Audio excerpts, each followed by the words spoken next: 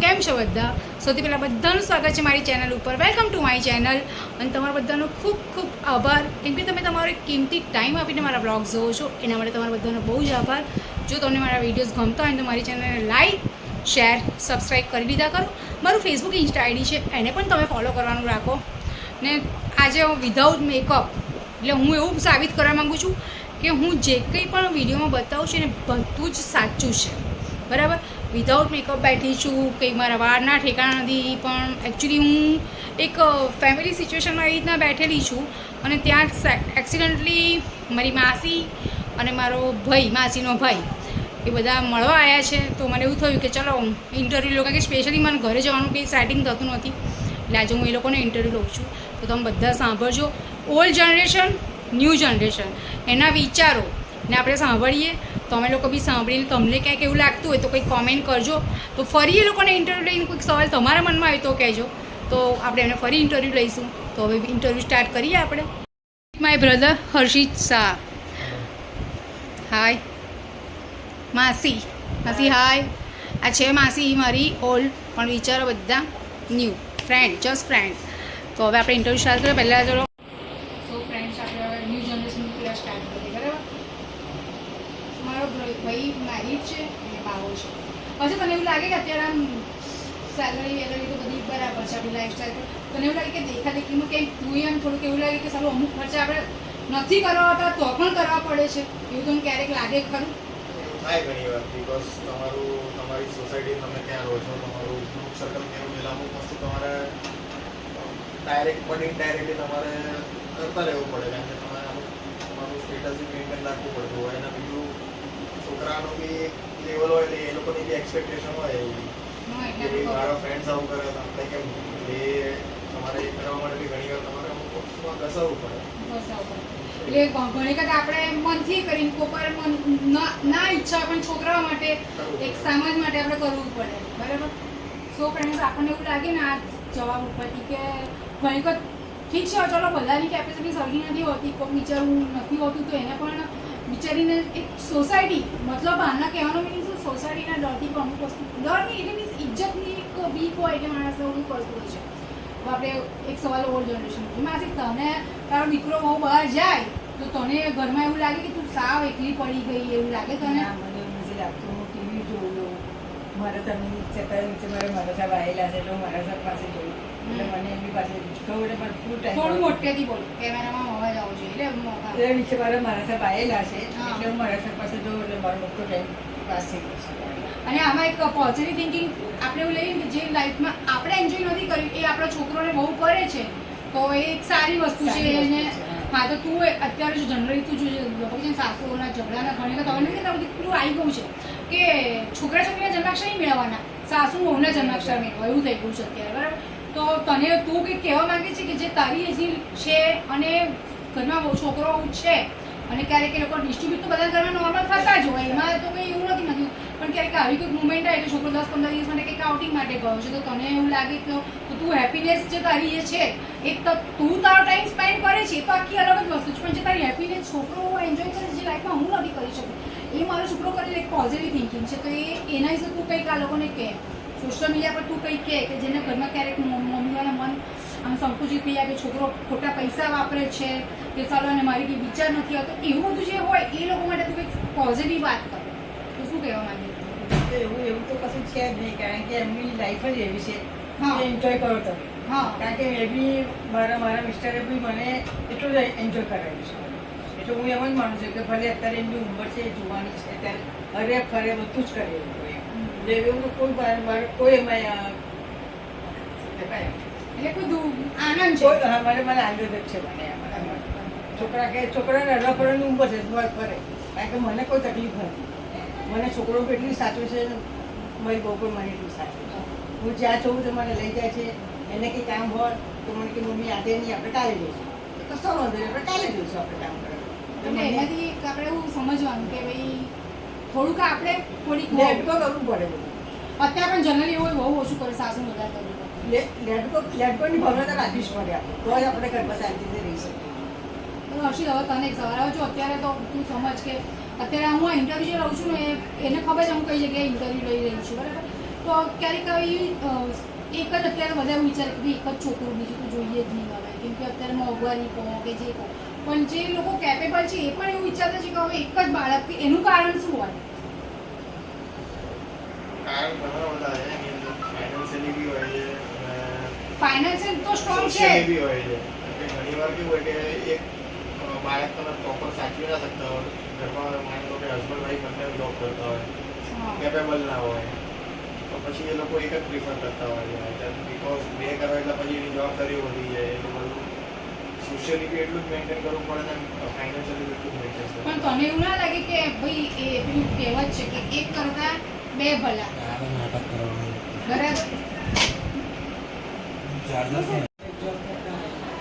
બંને જણા જોબ કરતા હોય તો સેકન્ડ ચાઇલ્ડને બી એ લોકો પ્રોપરલી સાચવી ના શકે, પછી એ ધ્યાન ના આપી શકે એના ઉપર.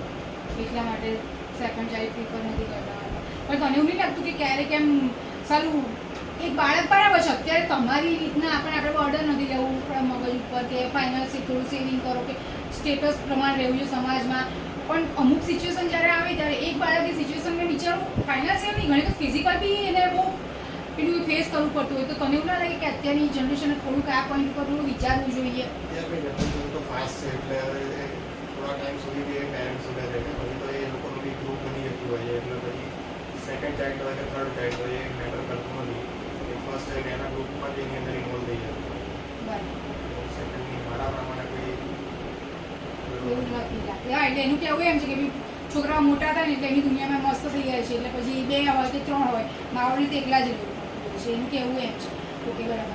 હવે તને આમ શું કહેવાય કે પહેલાં તો માસી તું જ મને જવાબ, તારી બહુ જીન્સ સ્કર્ટ પહેરે તો તને ગમે?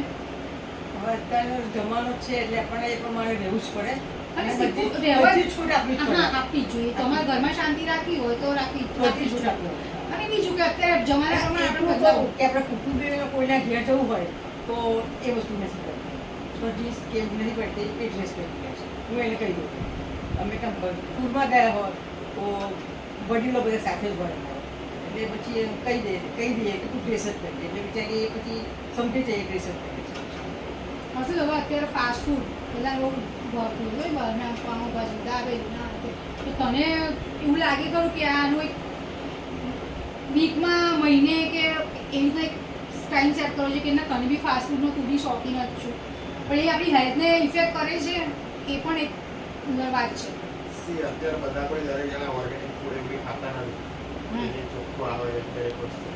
કેવું છે કે અત્યારની ફાસ્ટ લાઈફમાં બી ફાસ્ટ ફૂડ બી એક ઇમ્પોર્ટન્ટ પાર્ટ છે કે તમારી જોડે ઇઝી ફૂડ ઇન્સ્ટન્ટ મળી જાય તમને, તમારી જોડે ટાઈમ ના ત્યારે દરેક જણા બી પ્રિફર કરતા જ હોય.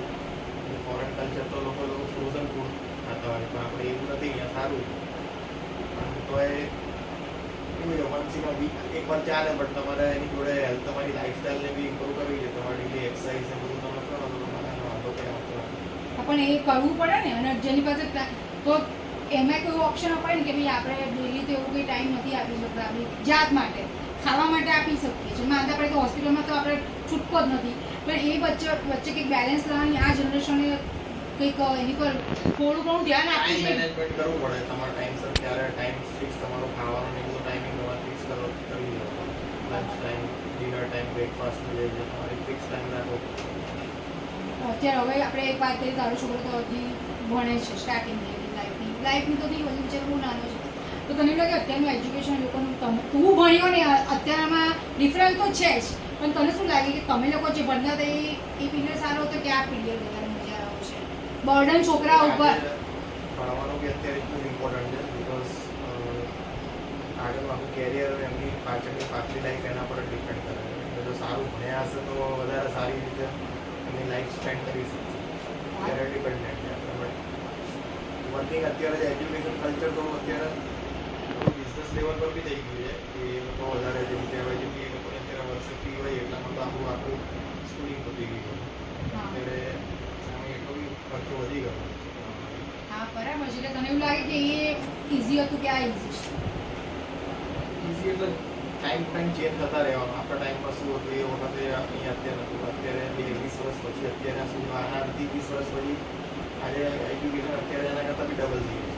હા, એટલે પરિવર્તન આવે એમ આપણે શીખતા જવાનું આપણે ને accept કરતા કમ્પેર રહેવું. ના કરો, પણ જે પરિવર્તન છે આપણે એને એડજસ્ટ એક્સેપ્ટ કરીને આગળ વધો. અચ્છા એ વસ્તુ એ પેલી સાચી છે બરાબર. હવે જો માસી અને એનો દીકરો વહુ અને એનો દીકરો બધા જોઈન્ટમાં રહે છે બરાબર.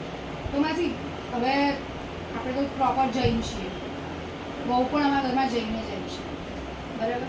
તો જૈનના સંસ્કાર તો અમારામાં હોય જ છે, વહુમાં એ આવે છે. પણ ક્યારેક આપણે જો દરેક ધર્મ અલગ અલગ હોય, તો બીજ 11 કરે ને આ કરે, અમારામાં તીતી પાડી અમે શાક નાખીએ. તો ક્યારે એવું થાય, અત્યારે હોશી લેટેસ્ટ જમાનાનું જો કે એ બધા બિલીવ ના કરતો હોય, તો તને એવું લાગતું એ બાને ખરો કે ના ભાઈ નથી તો કઈ વાંધો નહીં એડજસ્ટ કરે. તો અમારો દીકરો આમ તો સમજુ જ છે, એ બધું એડજસ્ટ કરી જ લે છે. એવો કોક વખત એને થઈ જાય ઈચ્છા, તો પછી એને એ વસ્તુ એ કે મારે બટાકા કાંદા ખાવા છે તો બનાવી આપવાના. ના નહીં પાડું, હું નથી બનાવતી, તો બહુ બીને બની આપે. એટલે હું એને રોકતી નથી.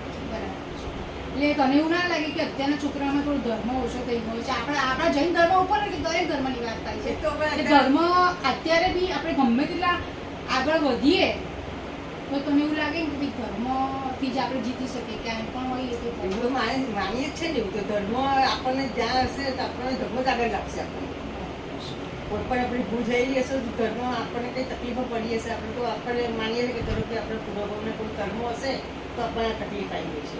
પણ આ તારું થિંકિંગ હશે, તારું ધર્મ વિશે શું કહેવું? આપણે તો કોઈ પણ ધર્મ XYZ મારા પ્રમાણે ધર્મ બી કરવો જોઈએ, પણ જોડે હું બિલીવ કરું કે ભાઈ તમારે સારા કર્મો કરો એ વધારે સારા છે. એ તમારા કામ એટલે સારા કર્મો એટલે કઈ રીતના સારા કર્મો? તમે લાઈક કોઈ ગરીબને ફૂડ આપો યા ફિર એને કંઈ કપડાં વપડાવો, તો એ રીતની કાંઈક મદદ કરો. ઓકે, એટલે એની જરૂર પ્રમાણેની આપણે નીડ ટુ હેલ્પ. તમારા કર્મો તમને વધારે કામ લાગશે.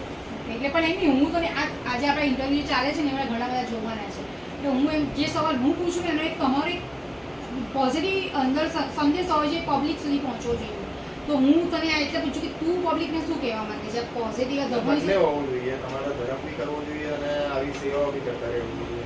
કરવું જોઈએ, મીન્સ કે આપણા પૈસાનો એક સારો ઉપયોગ ભગવાન ઉપયોગ થાય. તમે પછી પૈસા ખાલી દેરાસરમાં લગાવો, મંદિરમાં લગાવો, ટ્રસ્ટમાં લગાવો, બેટર છે કે તમે ધર્મ કરો, પણ એની જોડે એ પૈસાનું ક્યાંક ડાયવર્ટ તમે આવી રીતે ગરીબોને કે એવી રીતે કોઈ સંસ્થાને આપો જ્યાં જરૂરિયાત. સો ફ્રેન્ડ્સ, તમને ઇન્ટરવ્યૂ જોવાની બહુ મજા આવી હશે. તો બધા આપણે મળીશું નેક્સ્ટ વ્લોગમાં. Thanks for watching.